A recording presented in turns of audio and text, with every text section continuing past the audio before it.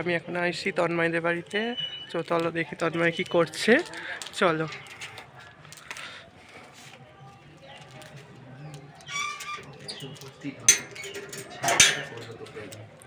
কই রে, কই গেলি? কি করছিস? চিকেন রান্না করবো, তার প্রিপারেশন নিচ্ছি। চিকেন রান্না এই তো চিকেন রান্না করবো, তার প্রিপারেশন নিচ্ছি। কাঠের উনুনে চল তো ঠানি আমার সাথে এগুলো নিয়ে আমি রান্না করবো। এই নে বাবা, আমার কি সৌভাগ্য, একটা কি লজেন্স দিল তুমি। আচ্ছা, খাওয়া যাবে তুমি। এমন করছো যেন আমি যেন দিই না কিছু। কি অবস্থা! তো উনুনের কাছে এখন যাওয়া হবে, চলো।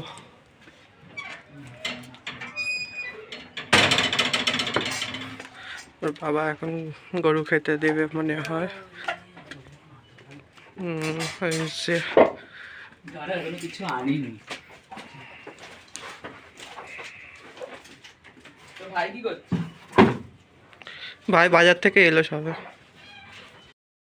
আবার নিয়ে যাবে। নিয়ে যাবে পিছনে তো, ভেতরে তো এগুলো সব থাকে। গেটটা এই গেটটা বন্ধ করে দিই, বিরাট ঢুকে আবার সব খেয়ে দেবে। এই যে মাংস করবে তন্ময় আজকে। তো মাংস এনেছি চিকেন। দেখো কি করে করে ও।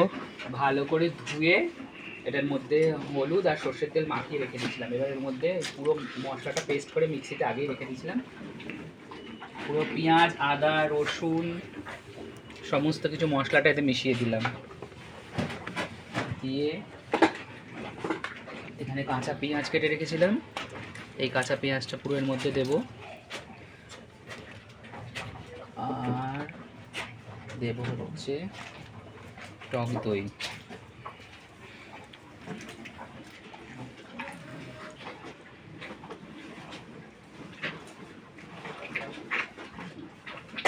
টক দই হয়ে গেছে, আর একটুখানি হলুদ দিয়ে দিলাম, একটা গোটা জিরে,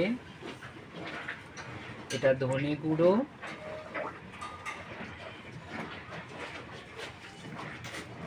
এটা হলো লঙ্কার গুঁড়ো। ওরা ঝালটা মনে হয় কম খায় বলে যেন কম দিচ্ছে। নুন স্বাদ মতো। হ্যাঁ সত্যি আমি ঝাল কম খাই, একদমই ঝাল খেতে পারি না। একটুখানি লঙ্কার গুঁড়ো দিয়ে দিই, কারণ আমার বাবা একদম ঝাল খেতে পারে না। স্বাদ মতন নুনও দিয়ে নিল। এরপর কি দেবে? চিকেন মশলা, এতে অর্ধেক প্যাকেট একটুখানি, এটা আগে এতে ম্যারিনেট করার সময় মাখিয়ে করে নেবো, নামানোর আগে তারপর একটুখানি দিয়ে দেবো। দিয়ে মাংসটাকে ভালো করে ম্যারিনেট করে নিয়েছি, হাত দিয়ে মাখলাম, আমরাই তো খাবো। এটা কিছুক্ষণ চাপা দিয়ে রেখে দেবো। চামচে করে করলেই বা কি হয়েছে, ওটাও কোনো অসুবিধা নেই। তো চামচ ঢাকনা দিয়ে এখন 10-15 মিনিটের জন্য ম্যারিনেট করতে রেখে দিলাম। চামচ আনেনি, আনতে ভুলে গেছে, ওই জন্য হাতে করেই করে নিল। যাচ্ছিল চামচ আনতে, আমি যে হাতে করেই করে নে, আর চামচ নিয়ে আসতে হবে না। আর উনুনটা ধরিয়ে নেবো, নিয়ে কড়াটা কষিয়ে আলুগুলো ভেজে নেবো। আগে হাতটা ধুয়ে নিয়ে কেটে এনে রেখে দিয়েছি, আলুটা ভালো করে লাল লাল করে ভেজে নেবো। আলুটা থাক, উনুনটা ধরিয়ে দিই, হাতটা ধুয়ে আসি দাঁড়াবি। দেখো উনুন ধরিয়ে দিচ্ছি। ধরতে সময় লাগবে মনে হচ্ছে। একটুখানি দিয়ে এটাকে ভালো করে মাংসটাকে মেখে নেব, নিয়ে 10-15 মিনিট রেখে দেবো যাতে মশলাটার ভেতরে ঢোকে। আমি যখনই করি এরমভাবেই করি, তাড়াতাড়ি হয়ে যায়, চট জলদি।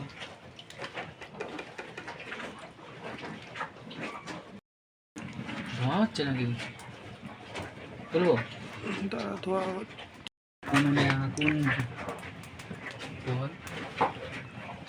এই যে উনুন ধরে গেছে, এবার কড়া বসানো হচ্ছে। এখনো মোটামুটি মনে হয় ভালোভাবে একটু ধরেনি, ধরবে আস্তে আস্তে ধরবে। কড়া গরম হয়ে যাচ্ছে, কড়া এবার সর্ষের তেল দিয়ে নিচ্ছি, আলুগুলো ভাজবো, সেই জন্য তেলটা গরম হয়ে যায়, তার মধ্যে কটা জিরে দেবো।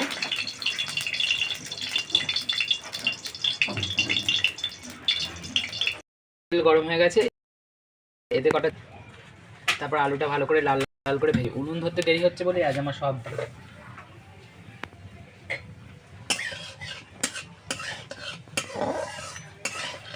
কাঠের উনুনে মাংস করা যা টেস্ট, মানে সেই খেয়ে জন্য এখানে এনে বসলাম, নইলে আর এখানে আসতাম গ্যাসেই করে নিতাম, কিন্তু উনুনটাই ধরতে আমার দেরি হচ্ছে। ঘুঁটেগুলো সব ভিজে না, বৃষ্টির জন্য কদিন ধরে ঘুঁটে ভালো শুকায়নি আমাদের। হাত আর ধুতে যেতে হবে না, চেটেই পরিষ্কার হয়ে যাবে, এত টেস্ট। এবার ভালো জ্বলেছে এতক্ষণ পর।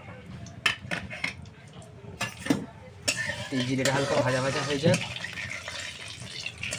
কড়াটা কিন্তু ভালো করে বসেনি। সেটা জানি, পিছনে কাঠটা উঁচু হয়ে যাচ্ছে না, সেই জন্যই বসেনি। সাবধানে গরুগুলো আমার দেখ, ওরাই মনে করছে রোজ রোজ এরা ক্যামেরা নিয়ে এখানে কি করছে, আমি কিছু বুঝেই পাচ্ছি না। ওদেরও খাওয়া হয়ে তোমাদের গেছে। ফেলে দিয়ে দিয়েছি, তোমাদের খাওয়া হয়ে গেছে, আর দুষ্টুমি করে না, এরা শুয়ে পড়ো, ধোয়া হচ্ছে।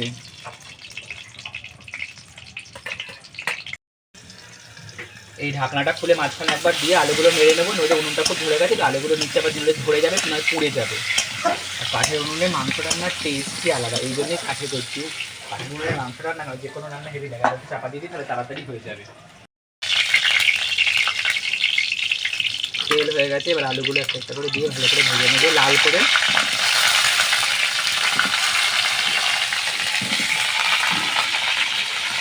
তেল ঠিক করছে,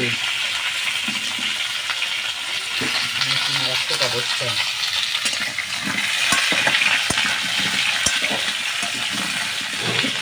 এতে একটু হালকা নুন দিয়ে দেবো, তাহলে তাড়াতাড়ি ভাজা হয়ে যাবে। এতে একটু হালকা নুন দিয়ে দিই, আলুর মধ্যে নুনটা ঢুকে যাবে আর আলুগুলো ভাজা হয়ে যাবে।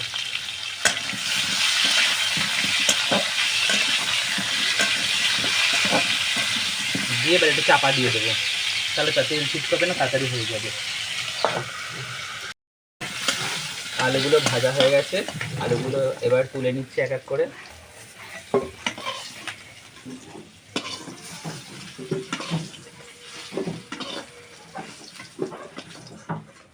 আমার এত ঠান্ডা লেগে সর্দি হয়েছে না, কি বলবো, আমার ভালো লাগে। এবার এই তেলটার মধ্যে আরেকটুখানি তেল দিয়ে নেবো, কড়াটা আমার পুড়ে যাচ্ছে। আর বাদ বাকি তেলটা মাংস দেওয়াই আছে। এতে এবার একটু কাঁচা লঙ্কা আর টমেটোটা ভালো করে ভেজে নেবো, টমেটোটা এর মধ্যে দিয়ে কষিয়ে নেবো। আর মশলা তো আমি মাংস দিয়ে নিয়েছি, তার জন্য আর মাংসের আলাদা করে মশলা কষানোর দরকার নেই, এইটাই কষানোর দরকার। হালকা করে নুন দিয়ে দিচ্ছি, তাড়াতাড়ি সেদ্ধ হয়ে যাবে।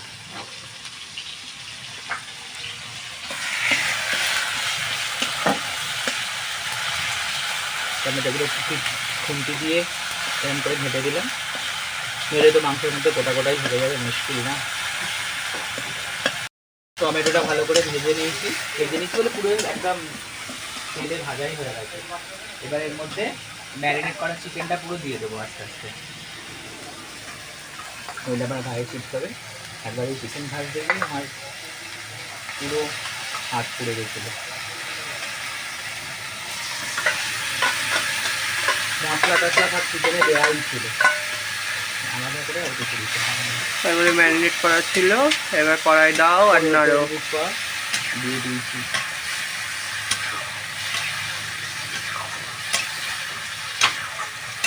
মশলাটা মাখানোর পর যা দেখতে হচ্ছে মনে হচ্ছে তুলেই খেয়ে নি, এখনো তাও হয়নি পুরোটা। মাংসটাকে একটু রেস্ট মানে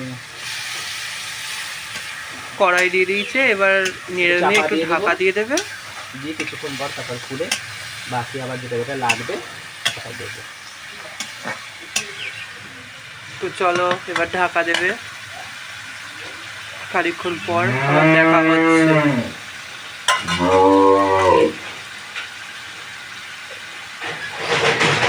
ঢাকা দিয়ে দিলাম মাংস। এবার আমি এই চকলেটটা খাই।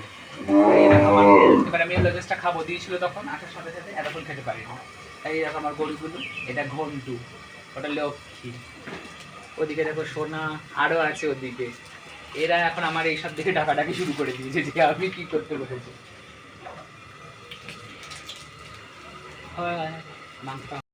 এবার ঢাকনাটা খুলে একবার দেখে নিচ্ছি কি পর্যায়ে আছে। এখনই কিছু করে যাচ্ছে,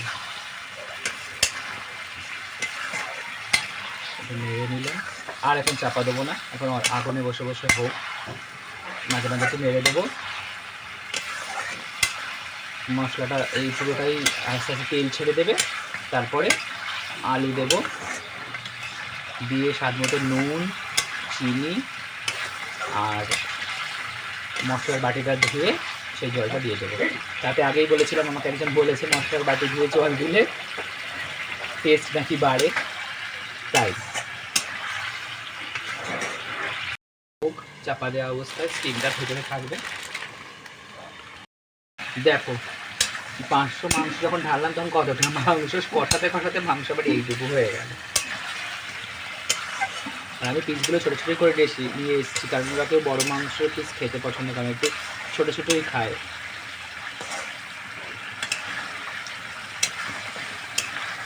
এবার আস্তে আস্তে তেল ছেড়ে দিচ্ছে, এবার ওর মধ্যে আলুগুলো দিয়ে নেবো। তেল ছেড়ে দিয়েছে, এবার এতে আলুগুলো দিয়ে দেবো।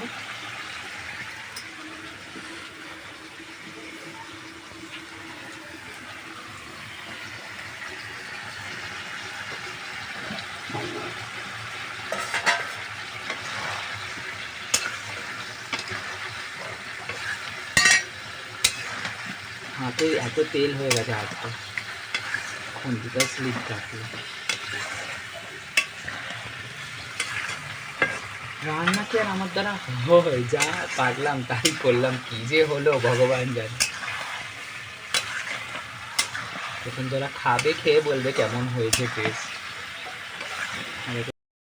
কিছুক্ষণ পর ঢাকনাটা খুলে নিলাম, খুন্তি দিয়ে নেড়ে দেবো। দেখো মাংস অলমোস্ট কষা হয়ে গেছে। জানি লাল হয়নি, কারণ কাশ্মীরি লঙ্কার গুঁড়ো দিলে লঙ্কার গুঁড়ো আমি খুব কম দিয়েছি, কারণ আমাদের বেশি ঝাল কেউ খায় না। এই যে মশলার বাটিটা ধুয়ে এই জলটা রেখে দিয়েছিলাম, এটা মাংসটাই দিয়ে দেবো, তাতে একটু ভালো করে সেদ্ধ হয়ে যাবে। আর যেহেতু দুপুরে এই তরকারি দিয়ে ভাত খেতে হবে সবাইকেই, যে ক্যামেরা করছে তারও, সেই জন্য একটু ঝোল ঝোল না করলে আবার হবে না। জল দিয়েছি, এবার চাপা দিয়ে এবার কিছুক্ষণ ফুটবে, তারপরে নুন আর স্বাদ মতো চিনি। আমরা আবার সব তরকারিতে চিনি খাই। মাংস হয়ে গেলে পরে আমি কড়া নিয়েই দৌড় মারবো, আমি রাখবোই না কড়া নিয়েই চলে যাব। আমি যে নিয়ে চলে যায় মাংস খেয়ে, আবার কড়াটা মেজে টেজে দিয়ে যায়, এত কালি পড়েছে আর কড়ার এত আগুন হয়ে গিয়ে কড়া আমার এত ধরেছে, আমার মা যে কড়া মাজবে আর আমাকে গালাগালি দেবে, বলবে হ্যাঁ একদিন কাজ করতে গিয়ে সারা কাজ তুই একটা ইয়ে করে দিবি। আসলে আজকে রবিবার ছুটি, তো মাকে বললাম আমিই করি। 5 মিনিট 7 মিনিট মতো এটাকে ফুটতে দিয়েছিলাম। এবার ঢাকনাটা খুলে নিচ্ছি, নিয়ে একটুখানি খুন্তি দিয়ে নেড়ে এর মধ্যে এখন নুন আর চিনিটা দিয়ে দেবো। নুনটা একটু অল্পই দেবো, কারণ আমি মাংস ম্যারিনেট করার সময় নুন দিয়েছিলাম আর আলুটা ভাজার সময়ও নুন দিয়েছিলাম, তাই জন্য নুনটা জাস্ট এই 1 চামচ মতনই আছে। এখন দেবো, আর যেহেতু আমরা সব রান্না একটু চিনি খাই, একটুখানি চিনি তো নামমাত্র দিতেই হবে। দিয়ে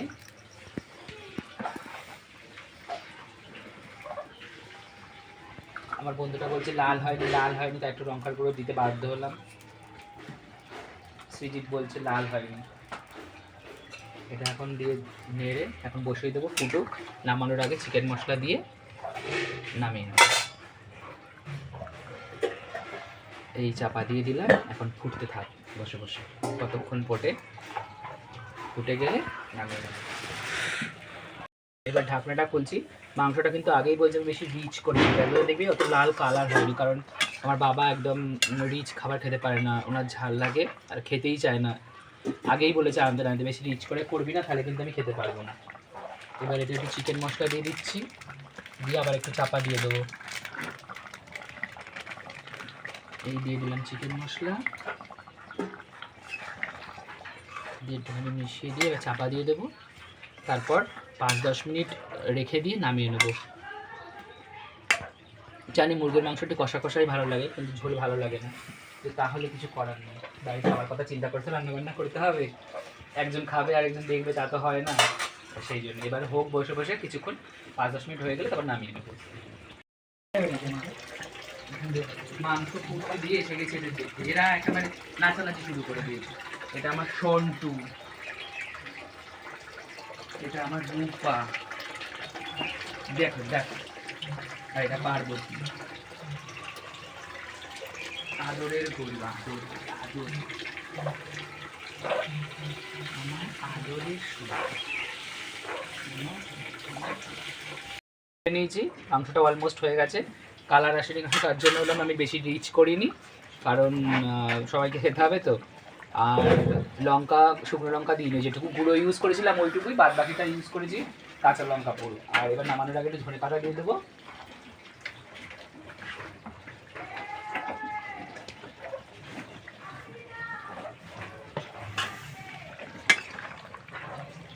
এখন ধনে পাতার সিজন, তাই একটু ধনে পাতা খেয়ে নাও। সব সারা বছরই অবশ্য পাওয়া যায়, কিন্তু এখন সিজনের, শীতকালে একটা আলাদাই টেস্ট। তো গরমকালে পাবি না, দামটাও তো সেরকমই থাকবে না। দাম থেকে বড় কথা, আবার তখনকার তখন ভালো লাগবে না খেতে, গন্ধই আসবে না মেন ব্যাপার। এবার একটুখানি ফুটে গেলেই নামিয়ে নেবো। এবার ঢেলে নেবো। কি তোমার পায়ে পড়ে না?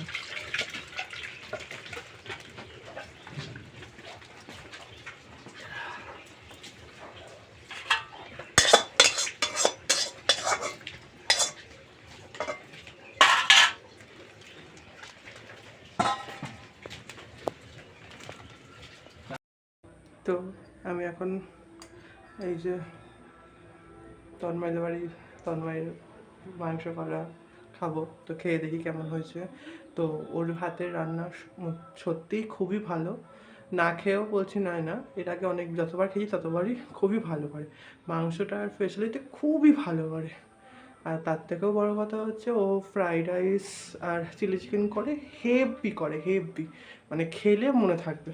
তো চলো আগে খেয়ে দেখি কেমন হয়েছে খেতে, একটুখানি আগে খেয়ে দেখি, তারপরে তোমাদেরকে জানাচ্ছি কেমন হয়েছে।